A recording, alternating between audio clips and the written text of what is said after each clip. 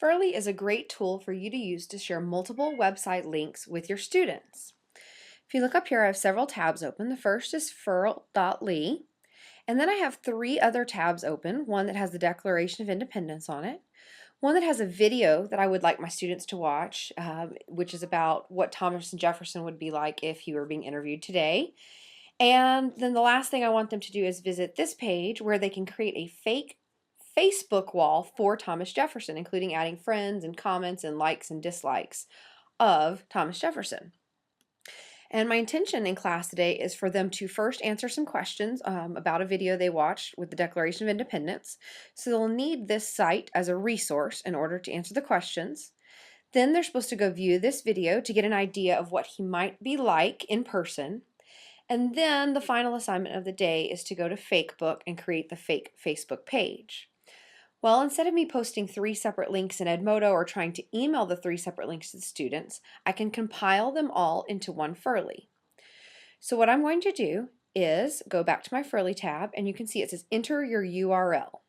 So I will go get my very first web address, right click and copy, go back to my Furly page and now paste that in.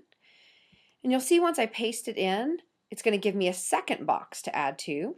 So then I go up to my video, highlight my link, right click, copy, go back to my Furly page and paste my second link in.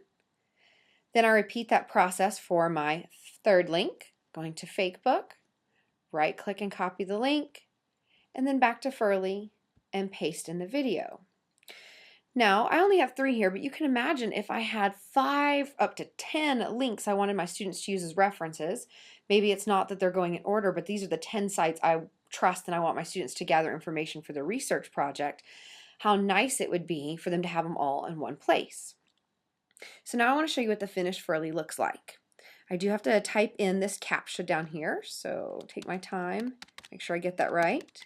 Putting a space between the two words. And click go. And after a few seconds, you'll see it has given me one shortened URL. So just to show you what this is going to look like, I'm going to copy this link and go to a brand new tab and paste it in. And you'll see what it does is it adds a navigation bar to the top of the websites as soon as it loads the page.